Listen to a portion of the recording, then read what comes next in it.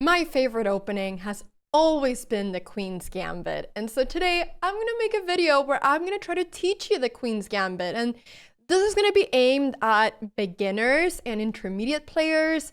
I would say maybe up till 16, 1700. But I just think that everyone learns, oh, you should start with e4. That's, I feel like, the move that everybody learns first.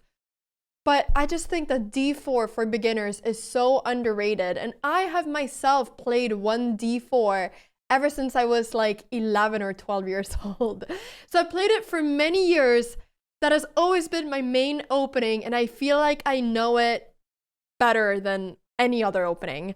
So today I'm going to make a video where I tell you, first and foremost, what the different ideas are in the Queen's Gambit, how you should kind of set up your pieces, what the plans are, and then I'm going to play against some very low-rated players just to see how they respond to the Queen's Gambit, because I think that this opening is very good because to begin with white, you cannot really lose in 10 moves. Like, it's not going to be this tactical craziness where you're going to maybe lose very quickly. No, it's a kind of slower opening, which I think makes lower ranked people very impatient. So I think your opponents are going to get very impatient and they're just going to make really bad moves because they just want something to happen. They think that chess is a place where action needs to happen at every move, but that's not always the case.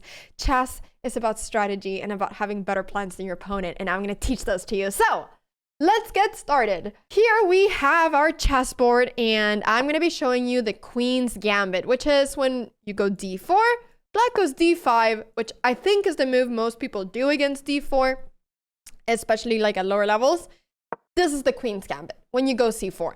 Now, I quickly want to say that after d4, of course, black can go for many other moves. I mean, knight f6 is maybe even more common than d5. I think at least a higher, like if you're over 2000, maybe this is more common than d5.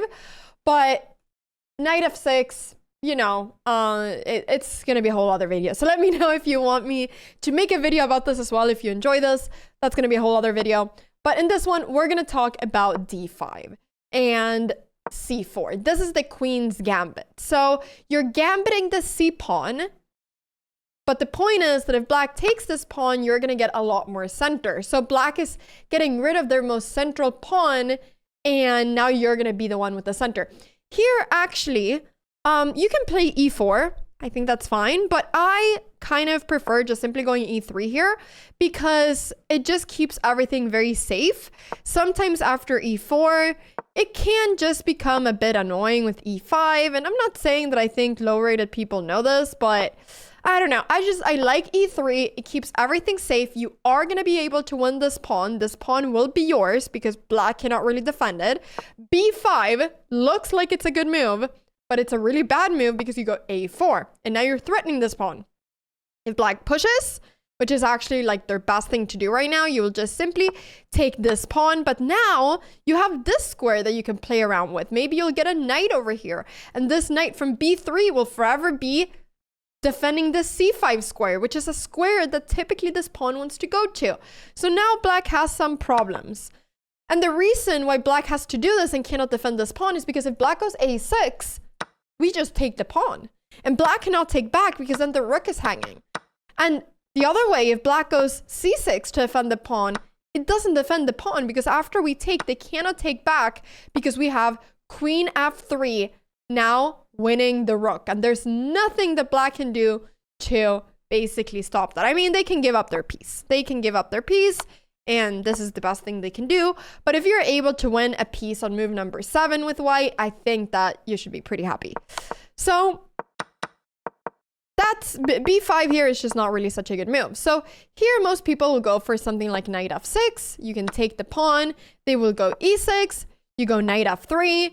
And now many people will just simply go bishop e7 to what you castle. But, you know, c5 is the main move where basically black is threatening the center. And here I would just recommend to castle.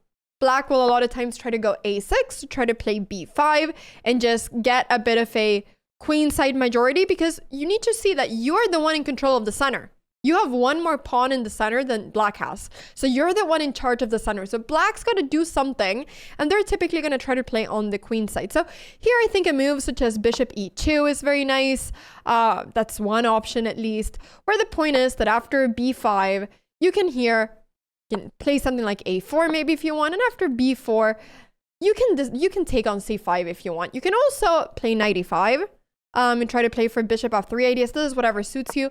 But taking on c5 is also very good, because the idea is that, okay, if black takes back here on c5, you will trade these queens, and now black can never castle. And then you're going to go knight bd2, knight b3. You're going to get a rook to d1. This king is going to be very unsafe. And once again, whenever the pawn is on b4, you want to control the b3 square with the knight. And if black instead first takes your queen, you will go rook takes d1. You will get the rook into the big, beautiful center. And then after black takes here, same idea. You're going to go knight d2. And black might go castles, but here now can just go knight b3, threaten this bishop. The bishop will probably have to go to e7. And now you can go something like knight e5. You're being very annoying. This knight cannot really develop in a good way. If they go knight d7, you're going to go knight c6. And this bishop has to go to d8. And it's just very annoying right now. You're just tying everything together. You can even just go bishop d2 right now and threaten this pawn. Yeah. Here maybe taking is not so great because you get this move. But you can just threaten to take this. And yeah, this is you just have so much more activity than your opponent has. So this would be very, very good for you. But anyway, so here, you know, the position is so bad that black would have to go something like knight here. But then you can just go knight d3, and you're going to be looking a little bit at this pawn. Is this winning for you? No, but it's just a position where you're a little bit better. This is definitely a little bit more strategic, which I think that if this feels too difficult for you, you don't have to take on c5. You can literally just go knight e5, bishop f3, and just play like this. Once again, typically you will want to have the knight on d2 and then either go knight c4 or knight b3. But that's pretty much that. You just got to make sure that you don't, you know, go knight e5 and then knight here and then blunder this pawn. But anyway, so those are just some of the ideas. But like I said, also taking on c5 is perfectly fine. And then playing this position, knight e5, very comfortable position for you. If black goes something like a5, you can just go bishop f3. The rook has to go to a7. Like, you see the crazy moves that black is forced to do. You can go knight c4. And then at some point, I even think that you can perhaps go e4 to just get this bishop out. And then maybe even e5. And just play something like this. So this, I think, is very nice and comfortable. So now we've gone pretty far with that. But yeah, those are just some ideas there. And you don't have to completely memorize it, but I like this move here, bishop e2. There's many other moves that you can do as well. You can also take on c5 right now. You can do plenty of things, but I like this move, bishop e2 here. Okay, so let's go ahead and go back. So this would be if black would take on c4. Now black doesn't have to take on c4. Instead, they can go here in this position. After we go for the queen's gambit, we've been looking at if they take. They can also defend this pawn on d5. And the most normal way to do so is by either going e6 or c6. But some people might go knight f6. And now you're going to take this pawn and you're going to be happy. If they take with the queen, you're going to go knight c3. And after knight c3, you've gained a tempo. This queen has moved out and you've been able to develop your knight at the same time as you're threatening the queen. This should make you very happy. You'll just go something like knight f3. And the reason you're going knight f3 and not e4 right now is because whenever you go e4 without knight f3, black has this move e5, which is slightly annoying. The point is that after something like this, they can go c6 and they're just really annoying our center. So you want to start by going knight f3, stopping e5, and then you can try to go for something like, yeah, you can go for e4. Like now if black goes e6, you go e4. And now the plan is going to be actually, what I recommend is to just simply go bishop d3. e5 and just get this set up where you're constantly looking at this king, because you never know it, in certain positions there might be a Greek gift. And what is a Greek gift? A Greek gift is when you sacrifice on h7 and then are able to bring up your knight and queen, but you cannot do so when the bishop is on e7. This bishop cannot be looking at the square, of course. But anyways, here I think even just castles, and here maybe, I don't know, knight d7. You can even just go rook e1 and play a little bit more safe. You can also, if you want, maybe take here. You can also go queen c2, just simply threatening this pawn, and after something like h6, you can even go queen e2 and then try to go queen over here and be very annoying. A pawn on e5 I think really is like a nail, you know, in a, I don't know what the nail is in, but like it's a big nail and you cannot get the nail out, and this nail is just stopping black from getting their pieces where they want to. This pawn on e5 is very annoying because it's a great attacker to black's king. This pawn on e5 is ensuring that no knight can go to f6 and defend h7, and to be able to do so, maybe black has to go rook e8, knight f8, but now some of black's pieces are a little bit more inactive. So this pawn on e5 is a very strong pawn. Black will try to go for moves to c5 to try to destabilize the center, but here I think something like rook e1 is also completely fine. Even a position like this is very good. Knight c5, you probably don't want to get rid of your bishop. Even bishop b1 here to go queen c2 and be sneaky is very nice, and you just want to make sure that you don't lose this knight in any way. But there's, yeah, you can go back to here, you can do plenty of things, but this queen c2 move, very sneaky move, and this pawn is super reinforced with the rook and everything. So I think that's the kind of position you wanna, something like this with the pawn on e5 and bishop on d3. That is kind of what you want. So that is if they take with the queen. If they take with the knight, here I think e4 is fine, and after this I think that you can just go e5. So the reason why, once again, knight c3, the issue here is e5. Your opponent will probably not know about e5 if you're under 1600, so you could go knight c3. I don't think they would go e5. I would bet on them not doing it, but you can also just go e5 here. And now after the knight goes back to d5, you can just play like normal, get your knight out to c3. Here your dream is for them to go e6, because then this bishop is going to be really bad. They might go bishop over here just to be a little bit annoying. But you can just continue with your plans. Go knight f3. If they go e6, you can just go bishop c4. And you don't have to be afraid of moves like this, because you can literally just castle. And something like this would actually be very bad, because you can go bishop g5, threaten the queen. And the point is that you want to get your rook to c1. And so here, after they, you know, move the queen or go bishop e7 or something, you can just trade and go rook c1. And this might look a bit scary. You might say, oh, but what if they go f6? This is just really bad, because this king is too unsafe. And here, there's so many moves you can do. But, and after knight h4, you're threatening this bishop. And the point is that, yeah, this is a brilliant move. So chess.com will give you brilliant. But the point is that you're threatening to take this bishop and take this knight. So if they take your bishop, you can just take and then take this knight. And if they take your rook, I mean, it's just going to, sorry, in this position, if they take the rook, it's just going to be a disaster. You can go either queen h5 check, or you can start by taking here and then just go rook e1. And as you can see, like, this is just so bad. Like, you can just take here. Everything is falling apart. You know, the queen is coming in. Everything is just falling apart here. But you're also just going to be winning a rook or winning a queen, or it's so winning. But yeah, if this looks a little bit complicated to you, of course, you can also prevent this. I'm just saying that you don't need to prevent this. Bishop c4. Here, you got to make sure you don't go bishop b3, because then there's knight d3. But yeah, you don't have to be in any way scared. You can also go bishop g5 and rook c1 already here if you want to. But yeah, you don't have to be scared in any way, at least. But if this looks a bit scary, you can also go a3 before. Like, a3 is fine too. But anyways, or bishop d3. But I just wanted to show you this idea of going e5, just so that you know this kind of setup. Okay. Here, instead, let's say that black wouldn't go for all this. Let's say they go e6. You're going to go for the move knight c3. And now, if they go knight f6, I'm going to recommend to you what I've played my whole life, which is the Queen's Gambit declined exchange variation. So you're going to trade off this pawn in the center and then go bishop g5. Why are you trading off this pawn in the center? Because you basically don't want to allow black to be able to, whenever they want, take your pawn. So you're kind of saying, hey, I don't want to play on your terms. I want to play on my terms. And I want to get my bishop out, I want to get everything out, and I don't want to wait around for you to maybe take this pawn. So I'm just going to take care of myself first, and then I'm going to go bishop g5.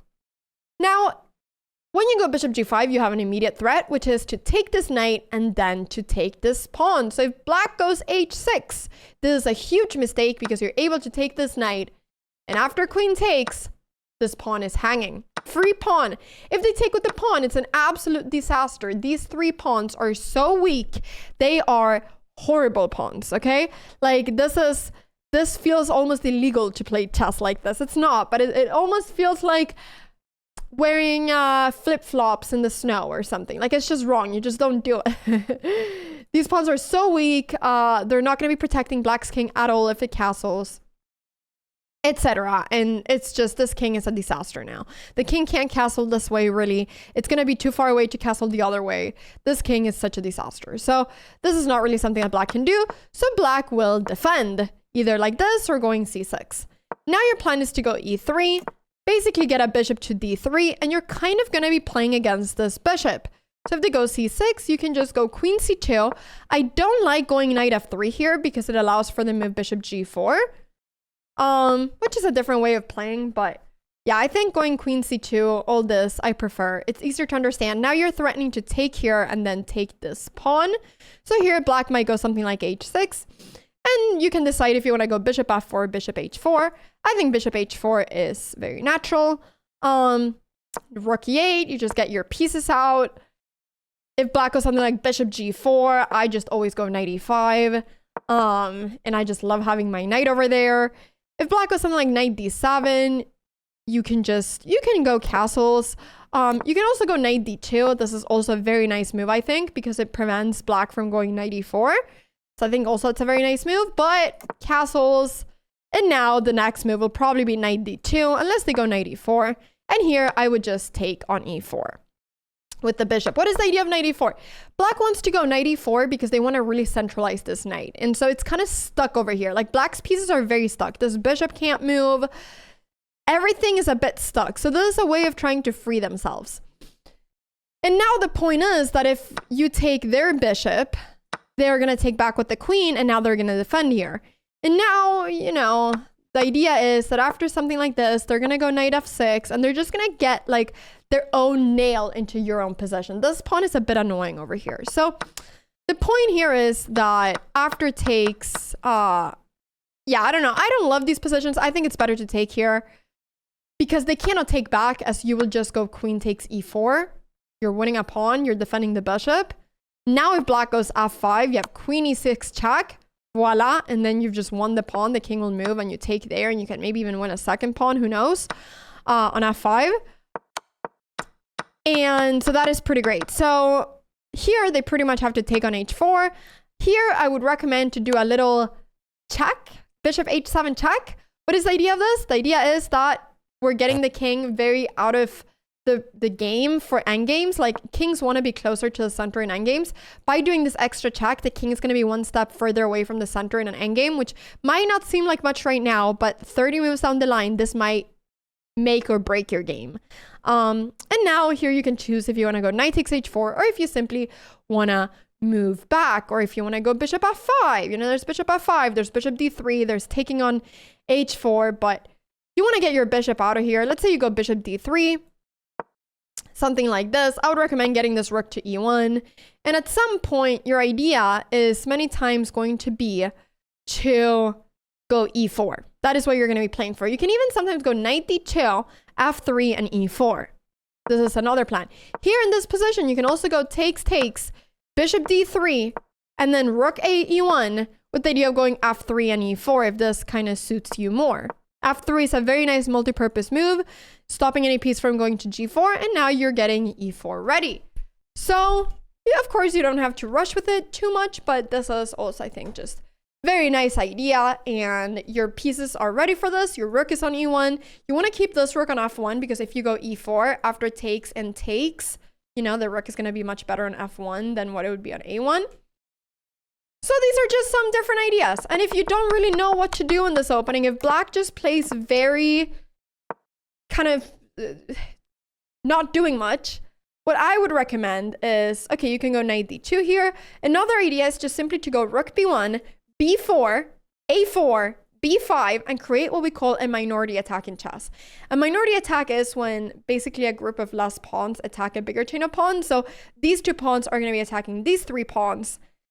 And what you want to do is basically you want to get a pawn up here to trade off for this pawn. And after pawn takes, this pawn is going to be a weak pawn that you can attack for the rest of your game.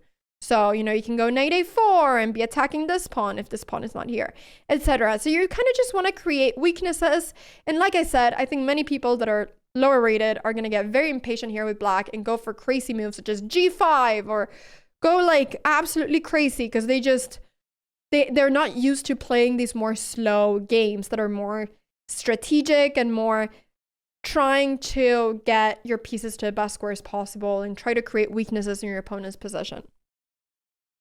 So that is pretty much that. I'm going a little bit fast, but it's just there's a lot to show and I just want to show you the main plans. I do also quickly want to mention, if you've made it this far and you're enjoying this, that I have made a whole course in 1d4, not just in the Queen's Gambit, but I've made a whole d4 course. It has so much knowledge. It has everything I know of 1d4. My mother, Grandmaster Pia Cramling, wrote that course. I will be linking it in the description.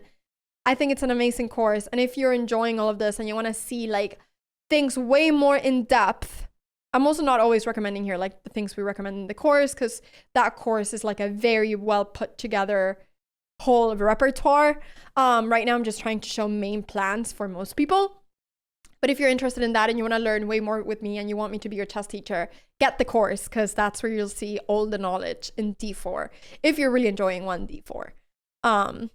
Yeah, okay.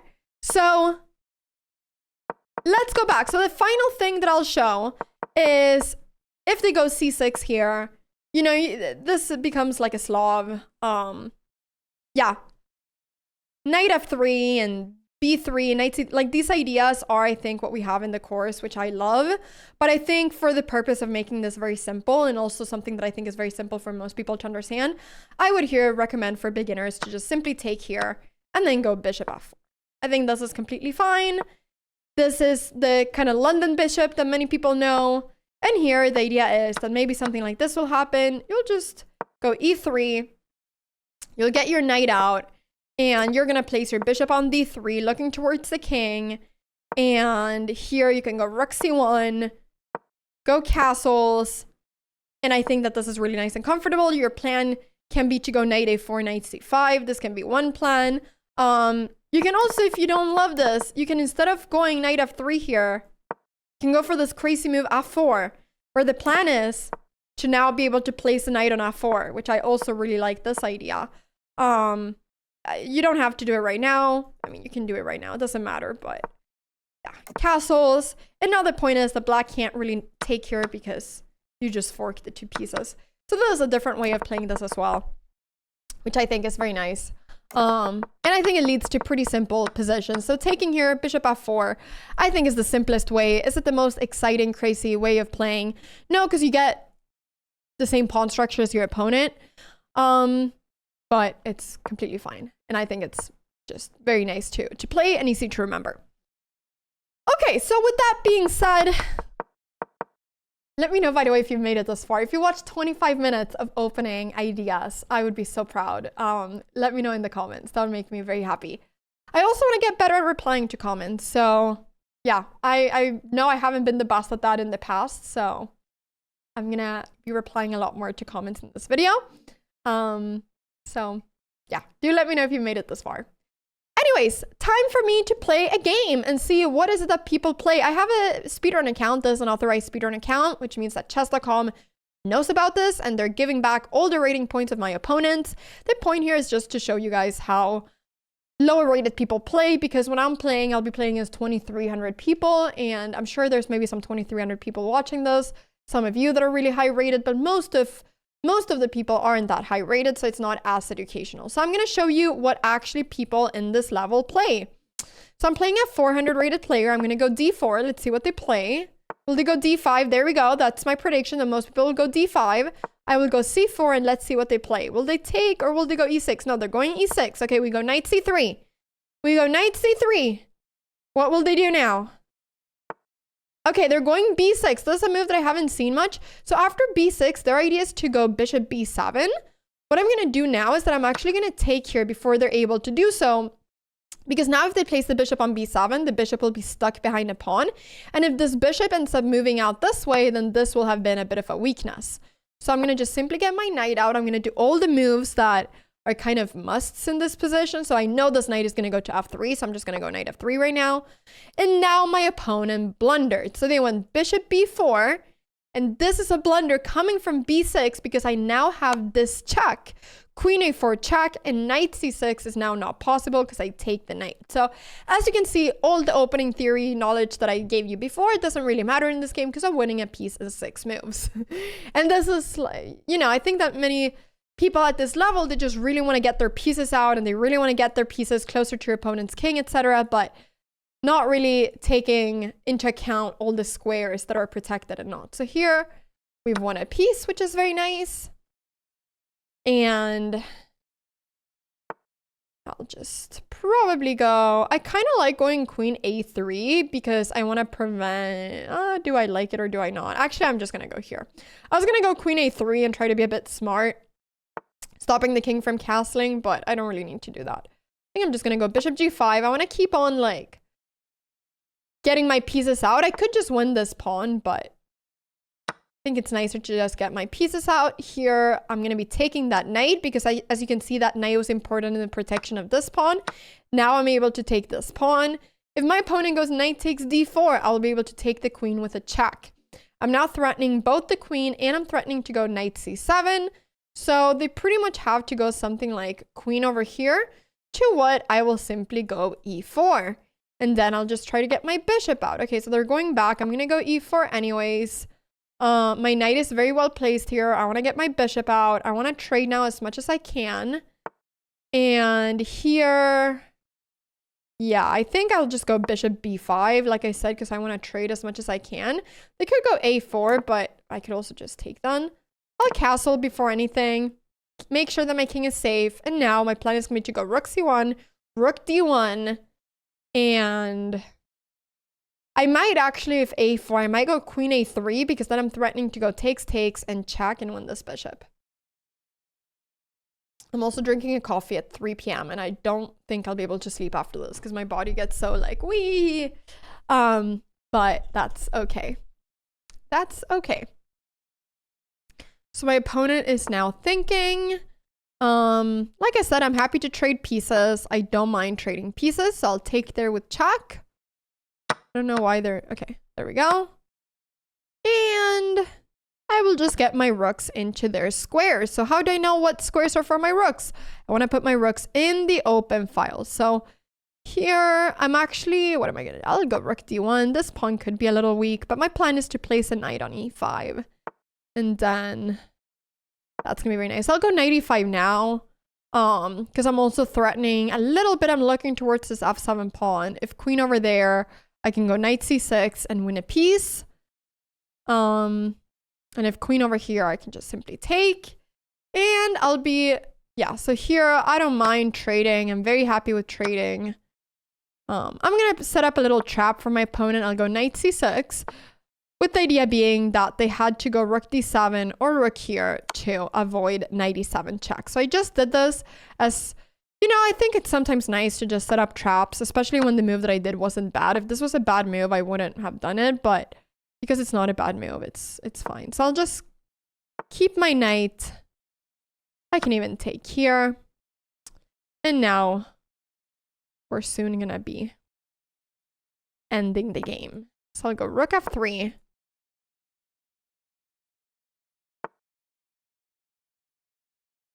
I'll actually go knight here now. And just threatening the rook. I'm going to go check. And if king here, this becomes checkmate.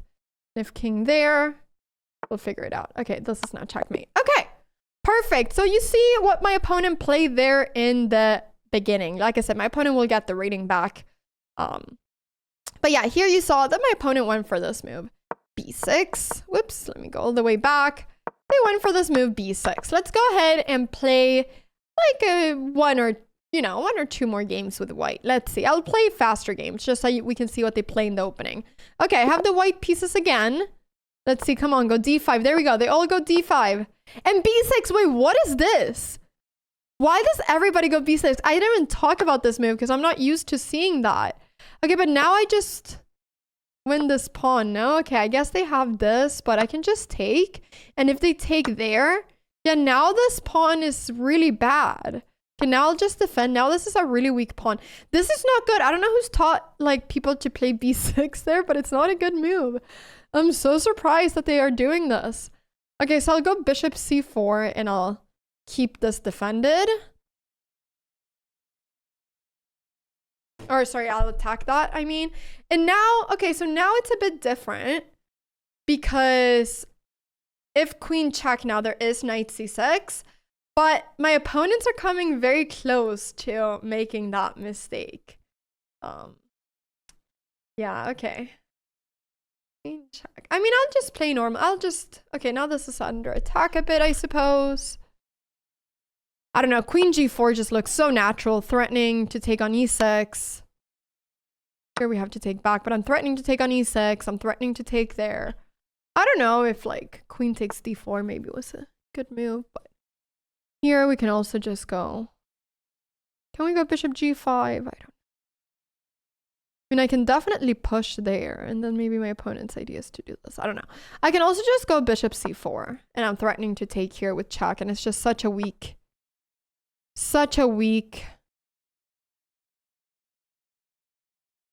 kind of position. Okay, let's see. I mean, I'm very inclined to just also go e5. I have a lot of different things to do. I have a lot of different things to do. Bishop g5.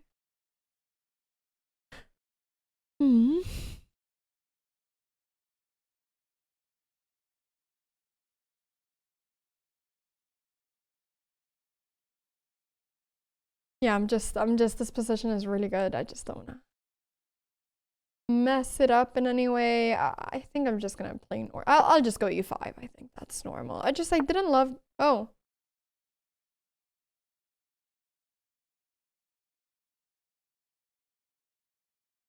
Huh. No, but I don't think that is that great. Probably just gonna keep my queen. I could also have taken, but I just don't like the idea of this being a bit annoying. I mean, this is a bit annoying. Just go back and forth then. I'll just go back and forth. Okay, now my opponent, they got so like used to not having to defend the queen that they just blunder the queen now. So that is also the danger in constantly doing intermediate moves, that it's easy for you to forget about the fact that you actually had to make a move there. I'll just get my knight out now and there's not really any danger. Let's go here. I could go check. I could go, I don't know. I'll just go bishop g5. I'll just try to trade a bit. I think that should be good. For a whole queen up, so it shouldn't really matter, but take here, probably go check, because if king there, it's checkmate, and if this, I can take there with check, and then king there is the only move. And then I can even go actually rook here.